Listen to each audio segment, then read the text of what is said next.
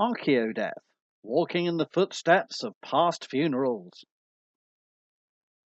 Good to see you both, and thank you for joining this live. And as people slowly trickle in, I hope I get more than usual having some wonderful guests who know lots of things about archaeology and looks like a beautiful setting you've got there, Morgan. It's really cool. Yeah, this is one of the old Forest Service stock barns that was built in like the 20s.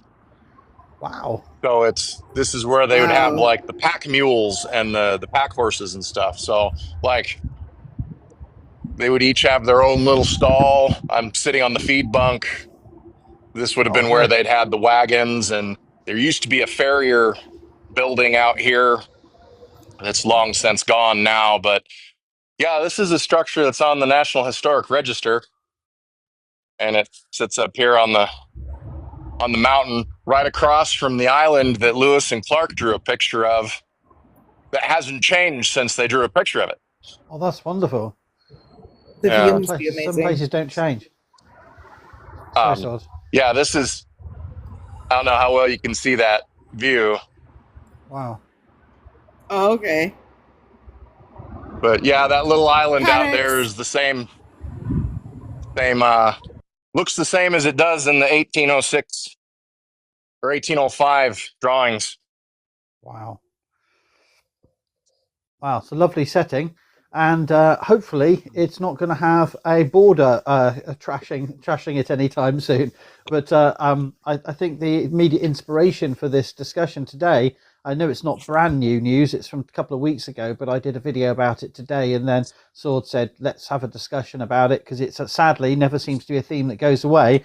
Is the destruction of cultural heritage sites due to conflict or Yeah. borderlands or war, whether it's actual war zones or military industrial complex infrastructure, how cultural heritage seems to be at the bottom of everyone's priorities list. And at one level, Yeah.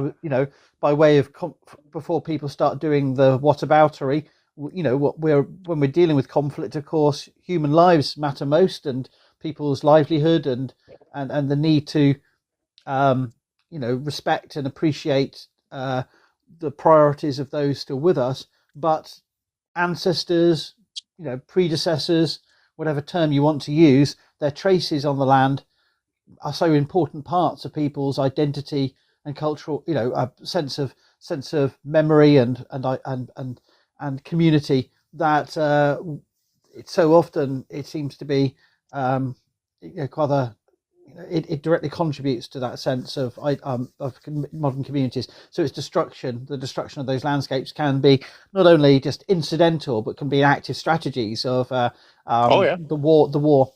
And when I just can I just a final point of introduction before I hand over to you, Great Brains. I just want to say, from my point of view, I obviously very careful about when I wade in on other parts of the world because I know there's always nuance and there's always trying to understand the localities. But when you see a major policy of you know a major administration directly without any mitigation, just literally bulldoze an archaeological site, Hmm. it's difficult. I mean, we can do the "I told you so" or "you voted for it," but at the end of the day, it's such a palpable, tangible sign of the not just indifference but the active strategy of erasure. I feel I don't know, that may be too strong, I don't know, but it feels like No, I'd that's go just with that. yeah. So that's my opening gambit. That's what started me off thinking about this, and glad Swords was keen to do a live, and thank you also Arkia Wolf for joining us. So I mean, I don't know where we go with this, but that's my opening about it all. It's a global problem, manifests in different ways. Oh yeah. No, it's a global problem, and it's not a new one, not in the No. slightest.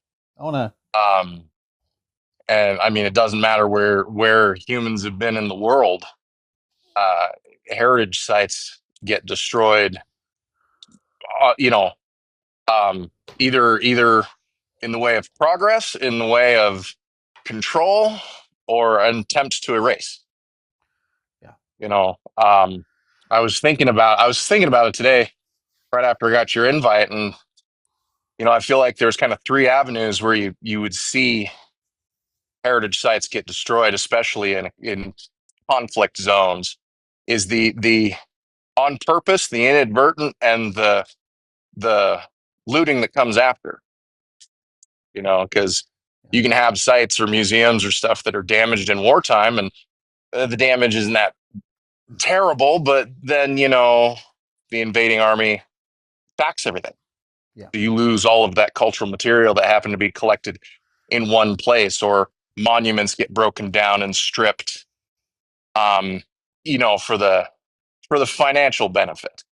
But then you have where where cultural sites or cultural objects are destroyed to exert control, and that goes all the way back to the Middle East. Melting down the statue of Marduk, so the king of Babylon can't shake hands with Marduk and solidify his kingship. That's Mhm. something that happens when that was a bit of I think Cyrus the Great did that, and that was kind of a key thing of, well, Yeah. Babylon's a thorn in our side. Let's take away their legitimacy. Yep. And what do you know? It worked for a while. So yeah, and then And I that mean, there's brings stuff that it. just goes the. Oh, sorry. That sort of brings it into what I said to Howard earlier in messages. Is that of course, the living come first in every situation without exception. But when we destroy the archaeological, or when the archaeological record is destroyed, when so much culturally and what identifies you as where you are from is destroyed, are you really as alive now? Are you where? Where's your identity? Because with that sort of erasure goes cultural erasure, and then of course it can spiral into erasure of your identity, Mm-hmm. as we are specifically seeing right now, especially in Palestine is a big one. So much has been destroyed purposely, Yeah. right? And there's going to still be evidence of Palestinians from the archaeological record of Egypt, as well as several other Roman areas. But a lot of who they were, what they did, how they lived, could very possibly be gone forever. Mm-hmm. Or misinterpreted by the powers that be, Yes, which is and a thing that when it constantly comes, happens with sites too. yeah, and when it comes to that, are the people who are still alive still them? Who are they now? What? Where do they go? That Right? brings into that question of legitimacy, Mm-hmm. that there is always someone who's going to bring it up Yeah. as a reason to no longer talk about it. Yeah. There's if so much of your heritage has gone off the landscape that you can't touch it, interact with it, be Mm-hmm. a part of it, see it. Mm-hmm. Somebody else will come along and be like, well, you're not legitimately important, or what you're saying Mm-hmm. isn't legitimately important because it's not there. It's the simplest thing of, if I can't touch it, it's not real kind of argument. Yeah.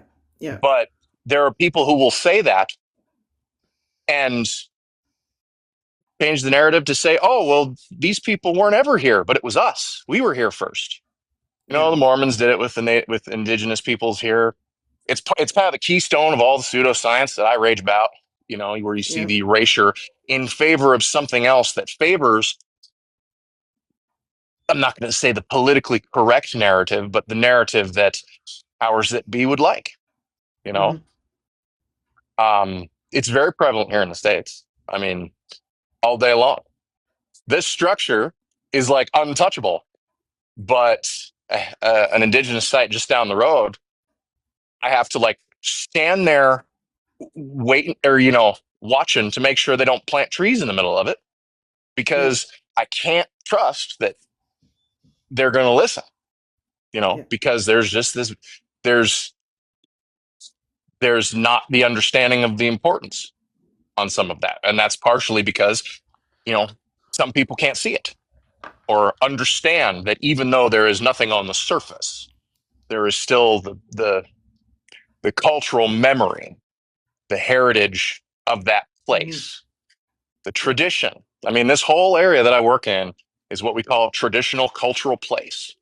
And it was declared that by the tribe, or they put forth their desire to name this landscape down the Lochsaw as a traditional cultural place because it retains, even with the highway down the middle of it, even with structures built in it, it still retains more traditional character to what it was before Europeans showed up. Well, part of that was very political because they wanted to drive the mega loads up Highway 12 here to the oil fields in Canada, hauling all that giant equipment. And that would have introduced sound. That would have introduced disturbance that way. They'd have to widen the highway by cutting trees back. They wouldn't have to build the road, but they, cut the trees back and stuff like that, which would alter the landscape that you look at from the travel corridor, which is very powerful and important. And, there's a lot of people who are like, well, we need to do this. Why is this important? I don't get it. And for some reason, when people say, oh, I don't get it, that seems to be there enough of a justification for them. They don't get it, or they don't, they can't follow. Even though every single person that I've had say that to me has something in their worldview, in their past, that falls under that same category. And they complain about it. Oh, all these people moved into my old neighborhood and I don't like them. Californians, and they put a Starbucks on the corner, and suddenly there's this place that they grew up in that's important to them has been irrevocably altered, and they lament that. It's like, well, apply that same thinking to anywhere else, and understand that others see that the way you see, your hometown or your fishing spot with your granddad, which is now a boat launch for jet boats and shit that are loud and awful. So, so sorry, tangent. All landscapes have degrees of contestation and conflict and different agendas, ownerships, claims. And so conflict zones are only one of a spectrum, right? And so if and archaeology sits in negotiating this relationship of different groups and different power groups to those places. And sometimes we are as a discipline split between different agendas. Sometimes we're very much on the side of the colonizer or the authorities or the establishment. Other times we can be a source of activism of a form of resistance to those processes. And we have stark situations such as we see in the conflict zone in Gaza, for example, and Palestine more broadly, where we're looking at, if people don't care about these landscapes, then why are they destroying them? So people always say about particularly fascist regimes, well, they'll manipulate anything to suit their agenda. Oh yeah, well, if it's so utterly manipulable, why do they put so much effort into trying to control the narrative and shut down opposition? It's because they see the threat, they see the power of place names, of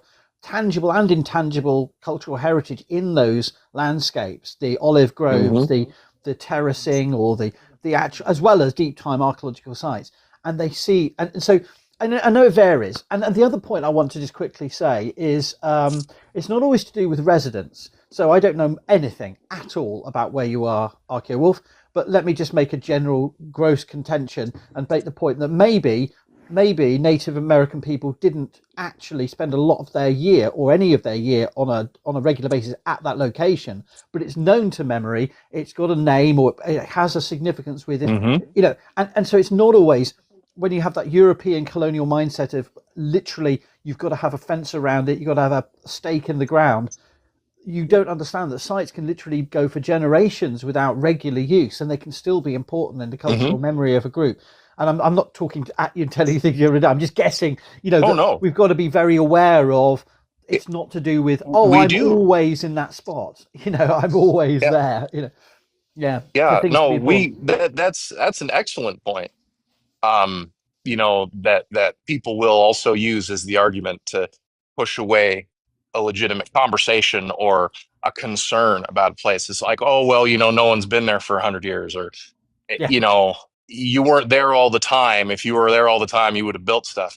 It was not terribly long ago that this was pretty much the same thought process of the peoples of Europe before, Hmm.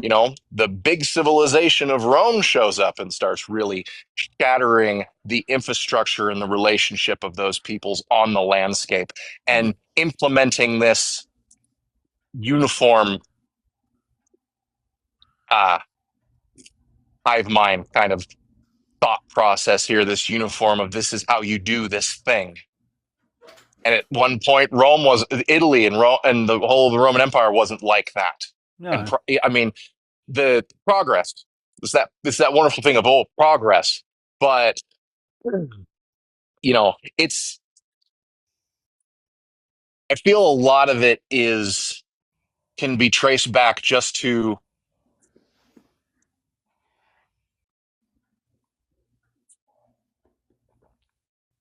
just self-centered lack of recognition of the world around somebody based on their education, based on what they've been brought up with, based on you know I mean things that just never enter into their worldview, Mm. either on purpose or purely by accident. I mean, we can't know absolutely everything about everything and retain all of that information.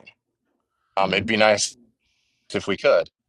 So sometimes there's places that people don't understand because it was never a place or an observation that ever existed in their worldview prior to seeing it. Mm. But the the the the basic empathy and respect and desire or willingness to stop and think a minute and even admit, oh well, I don't know about this, but everybody here seems to be very concerned with this place, so it's probably important. And then either trying to understand or even just walking away and not letting it bother you anymore Mm. would go hugely with stuff. And that's on a very small scale compared to stuff that's like happening in Palestine and I mean along the border and stuff like that, where you see sites that are completely leveled, completely destroyed, and it is a goal to erase the physical imprint of people, Hmm. which in its own doesn't erase it, because 1,000 years from now there's going to be a destruction layer in Palestine that the archaeological record will have to account for. Why is this here? Oh, Yeah. a genocide. That looks about correct. That is evidence of that. And that, It's yeah, not a carry on. good bit of evidence, but No. it would be present. Yeah. You know, So, Swords, I'd like to ask you about this your perspective, because you keep a careful eye on global affairs and in different parts Hmm. of the world more than certainly I do, and I just wanted to know, while the balance we have to strike between seeing chillingly similar things happen in very different places and not trying to get into a flattening of trying to equate some, should we say politely, first world problems with of Hmm. someone's fence being knocked down and bird bath disrupted, compared with complete strategic leveling of entire. I'm being obviously hyper. Mm.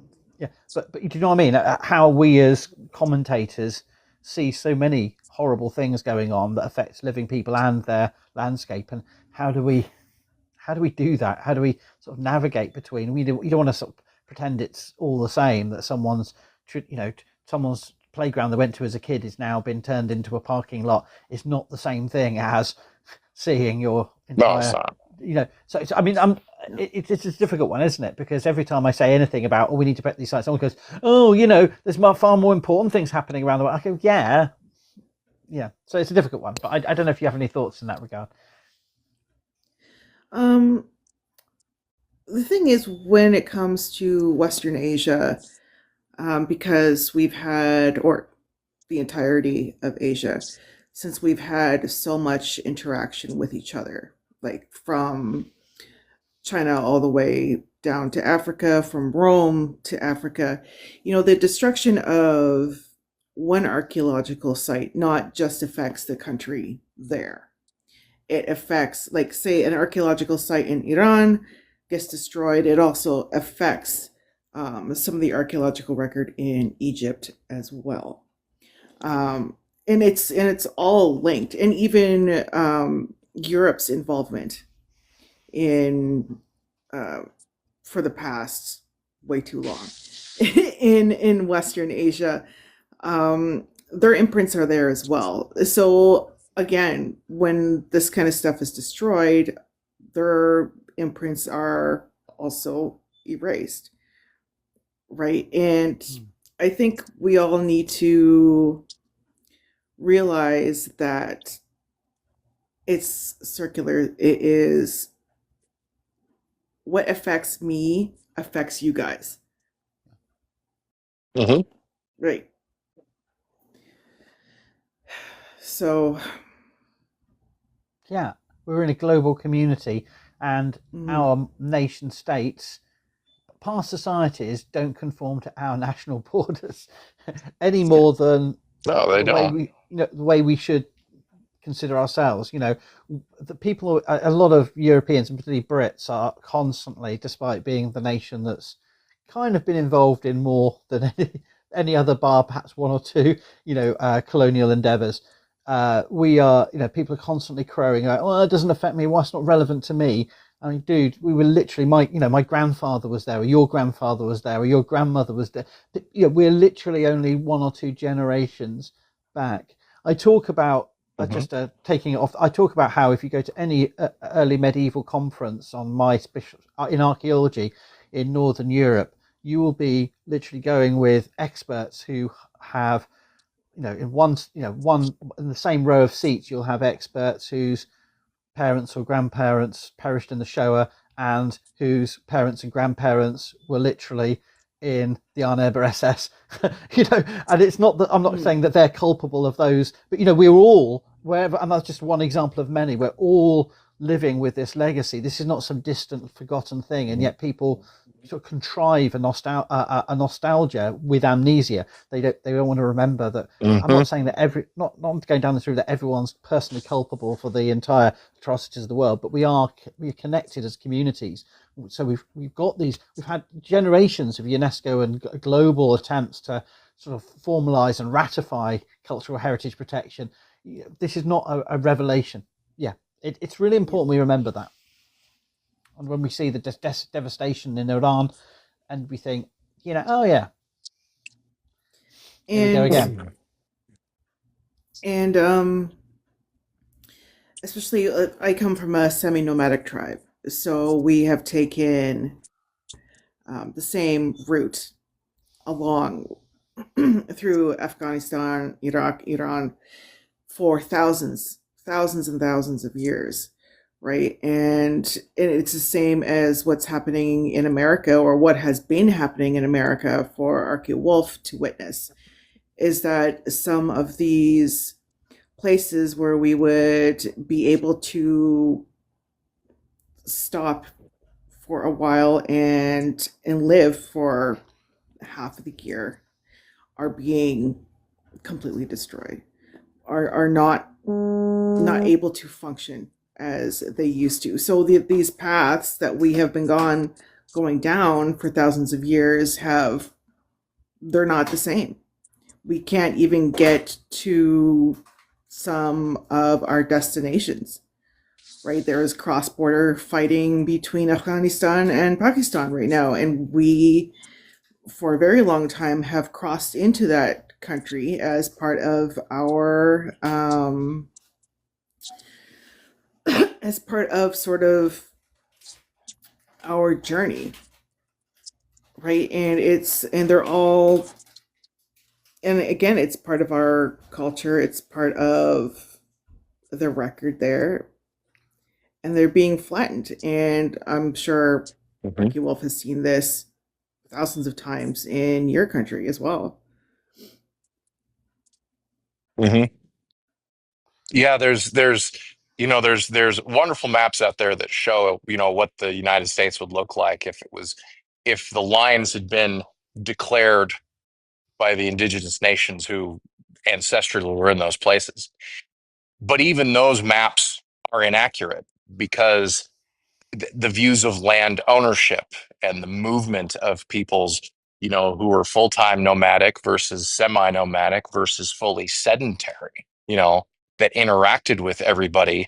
It almost looks like the way an amoeba moves. Sure, you can say that the core of this territory is Blackfeet or Salish or something, but the borders, the lines of where they have influence changes because they don't go there that year, and then the Blackfeet go there that the next year, and there's no agreement about that. It's just that's how it happened. So you could be standing in one place and have 4 or 5 different nations occupy that same space at some point. So the ideas of a dedicated line where, oh, this is one side and this is the other, don't apply traditionally. And now it's something, especially with the reservation system, is, here's where you are, period.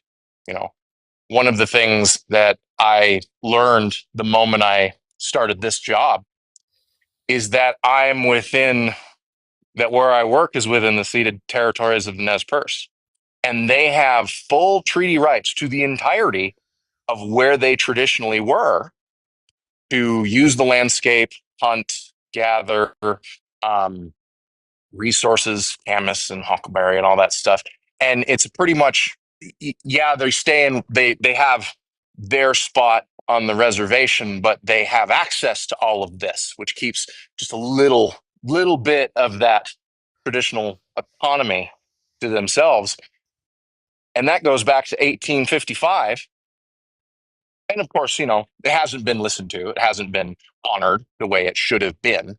But, now at the very least, there's a recognition, at least in some of us, maybe not this administration at all, ever, um, that, these places have to be treated with a level of respect and and a level of awareness that it doesn't immediately occur to others.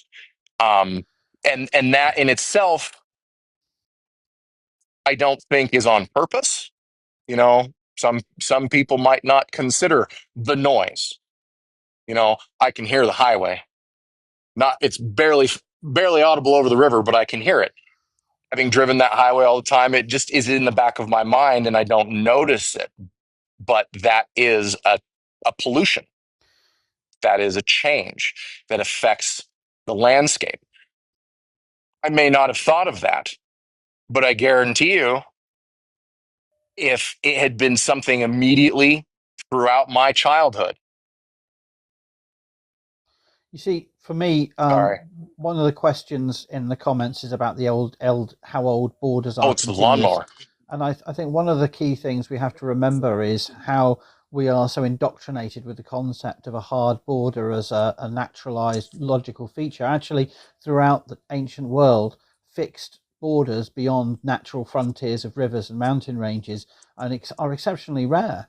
And maintaining them Hmm. was incredibly difficult and usually folly, and usually could only be robustly militarily controlled for very short periods of time. What we're seeing, both in terms of gated communities within apartheid states, and on the smallest micro scale, and in settler colonial situations from Israel Palestine through to some of the ways in which the US has governed its borders through to Northern Ireland, we're seeing various attempts to partition and regulate with military or other forms of um, you know um, strict regulation in a way that's never been attempted, never been possible. So we can look back to the ancient world and see, we can see the military frontiers of northern Britain, and we can talk about the limes of modern Germany and Switzerland and Austria and etc.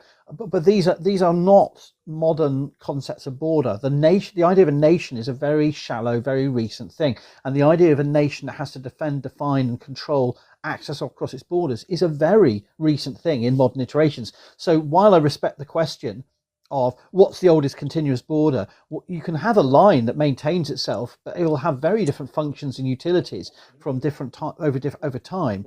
So it's a bit of a sort of a misleading question, if I may say so, because what we've got to remember is that when you see something Got like an answer for it, though. Go on, sorry.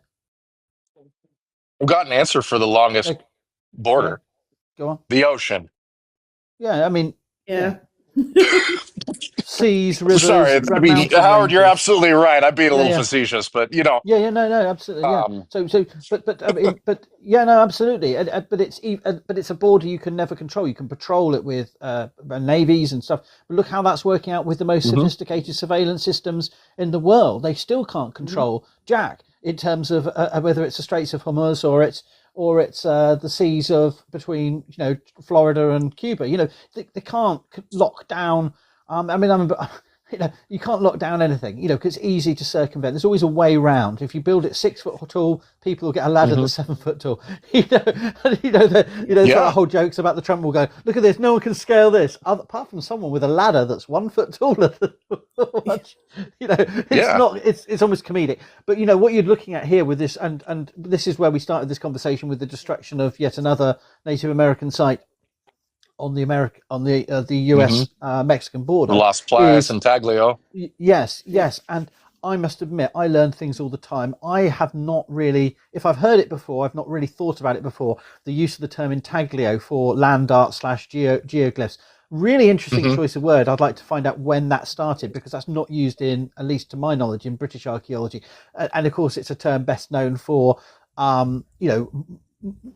portable art or jewelry. The idea of your a surface design and intaglio. So I love it, but I didn't really clock that before yesterday. So I'm learning all the time, just a bit on terms. But so I'm just admitting my ignorance of something that perhaps everyone in the States knows. But I just hadn't really clocked that as a term, and it's a beautiful term for that kind of feature.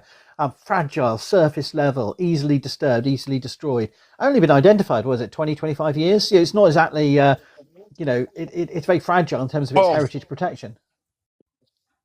It is, and I mean it's one of those intaglios are one of those features that, they're difficult to see when you're walking on the ground. Unless you know what you're looking for, unless you're familiar with how they're made, and the acknowledging there's a difference in the landscape that you're walking on. The intaglios in the Southwest, where Las Playas is, most of the intaglios are in the desert, are what we call desert pavement, which are these gravel fields that have been baking in the sun for so long that the rocks themselves have cooked. So they're. I think it was explained to me that like there's a natural chemical within the rocks that gets brought to the surface, almost like the rocks are getting a tan. Wow. And if you flip a rock over, it stands out like a beacon, because it is not only a different color, but it is an incredibly different color. Across, that's the word. Yeah. So, but intaglios are scraped. That gravel is scraped away, is pulled away. So you're looking at the subsurface, which is either a sand or a sediment that's lighter in color, and the rain does not wash it away. The wind does not blow it away. It is a distinct part of the landscape now. But when you have something get damaged like this on purpose, because I guarantee you that they knew it was there, this is going to be an ARPA case. There's the whole thing smacks of, let's just do this because it needs to be, because we don't care. I guarantee you The guy running the bulldozer was never told, because they did tell him, he might go, I should probably drive around this, because I mean they can't control everybody's thinking. But I've seen intaglios where there are wagon trails across them, and the people who were pulling the wagons couldn't see them. But there's now these things that you cannot undo, you cannot change back to make it look like it did before it was observed by others than the people who made them. Nazca And lines are also a great example. You can see where the roads and the trails and the walking systems were people who didn't notice they didn't have the big picture of what was on the ground. And it's not just Europeans, it's people who have been there for hundreds and thousands of years. But traditionally and culturally, those practices have gone away, for whatever sociocultural reason, and they don't know parts of their own past, which I think we all do or all experience. So, you can see the changes there and you can't undo them. And it doesn't even have to be a physical on the ground change. I've talked about this one before. There's an intaglio near Dateland, Arizona, which they built power line over it, and the towers are nowhere near it. It's under a span of wire, and the Gila lost their shit because now it can't see the sky because the wires are in the way.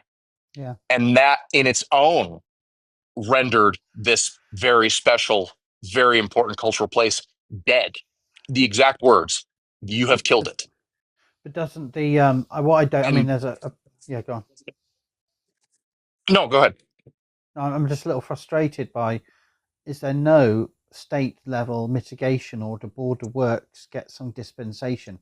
Is there like they're free to do whatever the hell they want, just like ICE agents are free to do? Is there sort of some kind of carte blanche going on here? Is that the border project has just been written with over this by administration? federal? Absolutely. Yeah. We've been directed to ignore stuff. There's executive orders out there that are flat saying you do everything you can to make sure you can do this, including ignore. This administration's idea of fire suppression is 100%. Well, that red stuff that the slurry bombers drop is not good for fish. No.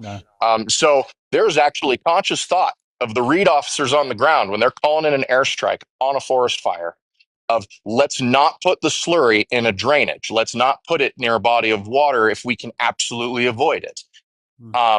Sure, it might happen a little bit, and that's kind of in the back of the mind, is it's considered an acceptable negative effect, but only at the most extreme time. Again, life is important, but they've made it now so if they want to drop retardant in the river or next to the river where it'll wash in and cause problems, do it. Like, just write it up and say it's okay, and then this is coming down from people who have no concept of how any of these regulations work. Every single contract, every single program and project has a cultural component, and that is not the only resource that needs to be consulted when it comes to these projects, because you have wildlife, you have hydrology, you have fish, you have botany, you have silviculture. You have the fuels guys. Those are the guys that say there's too much brush in the woods right now in this area, and if it burns, it's going to be bad. We need to treat this. All of these resources need to throw their 3 cents in because of the negative effect of big scale projects, and they have to be mitigated. And it is on the state level. It is on the federal level. There are regulations that go back and forth between the two. I've talked about them when it comes to looting. And a lot of the states just copied and pasted from the federal regulation, so the language is almost identical. And there's a whole procedure on how this stuff goes. And something like what happened with Las Playas should never have happened. There 100% should have been a way to figure out how to bypass how to not disturb it. And I'm willing to bet there has already been a cultural assessment along all of that wall by federal law. It has to happen. And I Yes. guarantee you, all of the mitigations were ignored and the communications were not in place. They're up where they needed to be. So that project went through. So two quick things to say. Firstly, I've made Bard Lucy a moderator on my lives. So anybody doing nonsense, feel free to boot. Bard Lucy, if you don't know, is a wonderful Scottish creator who does spiritual content, archaeological, historical and political dimensions. The second point is deregulation, Taze. It's not just deregulation, it's the regulations are there, as Archaea was saying. I mean, you're right, but it's not just about deregulation. It's about the regulations there, the rules are there, but there's pressures, political pressures that override. So you have the guidelines, you have the rules, you have the guidelines, and then there's still a lot of pressure. So I've seen this happen in Wales, bringing it back. It's not just about a colonial context or post-colonial context. I've seen it happen in Wales, where I have seen literally pressures on local councils to meet housing targets, and they have literally built housing estates over Bronze Age barrows that were still visible in the 1970s and 80s, were still visible in the field up to the bulldozers moving in. Let's get cozy and think that this doesn't happen in your own backyard. It's happening everywhere. And it's happening to sites that have never been properly investigated. At least in that case, because it was in Wales, there was an archaeological mitigation, a full excavation of that Bronze Age barrow as it was being destroyed. I'm not happy about that, but at least there's a record, a preservation by record. And in that regard, you've got to remember, this is not just simply about the most extreme conflict scenarios. The archaeological resource is constantly under pressure, and we're constantly having to combat, fight. And I've literally seen housing estates come up in the area near me where I know they would have had to consult. I know, but if they asked me, if I'm not in the planning process, but if they'd asked me, I would have said, no way should you build the houses there, because I'd probably be ignored. And I know there's nobody's going to fight on my corner. So it's always a tension. Emily. Hello, Emily. How are you? One of our Antipodean followers. Haven't seen her for ages. Howard for local government. Yeah, but I was talking about that because I know that Taze has been active in Welsh politics, and yes, the new, a British Fash party that's gained a lot of seats, particularly in Wales and England, less so in Scotland, want to deregulate. They want to.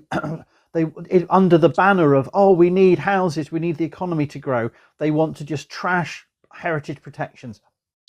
And it's not perfect as it is, but it will just get worse and worse if we let this go. And that's why I see one of the many reasons why I see the importance of civic nationalist policies and in countries such as Wales, because there is a genuine mobilization of passion and support for local heritage and environment that hasn't been there before, and it's really important that we know about this history. So preservation of sites we already know about, control of development and investigation ahead of development in sites that we don't know what's there. And when you're absolutely right. You didn't say anything wrong. I'm just trying to articulate a bit of nuance from my point of view. You're absolutely right to raise the point. It's about deregulation, but it's also about the pressures to over, like when you have a major government railway project, they like HS2, they trash large portions of the English Midlands for a railway line that's never going to be completed to its full extent now. And they did all the archaeological work. We've got some amazing results, but that was done. That was a win for archaeology, but it was also trashed historic churches, ancient settlements. I could rant, but I don't, of course, ever. Oh yeah. Swords, did you want to say something there? I said it breaks the heart, though, doesn't it? Seeing these old churches and these old sites, particularly in the UK, because I fell in love with the place, that they're all being destroyed in the name of infrastructure. Progress. There you go. Progress. Thank you. But it's a tricky thing, because as our populations are growing around the world, we need some sort of progress, but there is no care. Sites are handled so flippantly when it Hmm. comes to, and it's very frustrating. And it's not so much in my own country, like across the big water, but especially for you, Archaeowolf, and you, Archaeodeath, that you must see this regularly and become so frustrated and angry. And like, I'm so sorry for you guys to keep witnessing this in your own backyard. And It's we all can't preserve related to everything. money. I mean, it's all related to money. Yes, I mean, and examples You know. in West Wales, they have a listed harbour that is crumbling. Yeah, listed status doesn't ensure preservation. It's still under private management. They have rules of what they can't do. But one of the great strategies, if you're a rich privately owning a historic building, is to let it go to ruin. Oh dear, someone's accidentally set it on fire. Oh look, I backed my bulldozer into it 15 times and then realised that, oh look. Hmm. And there's been some classic cases in Britain where owners have tried to get away with this, like the famous pub in Staffordshire that was the most leaning and rackety pub, and he knocked it down, and they told him to rebuild it brick for brick. So sometimes it comes back to Hell bite these yeah. characters, but so often, but a lot of the time they get away with it. And Hmm. yeah. If you enjoyed this video, please consider subscribing to Howard Williams on YouTube. In addition, consider following the Archaeodeath WordPress blog at howardwilliamsblog.wordpress.com.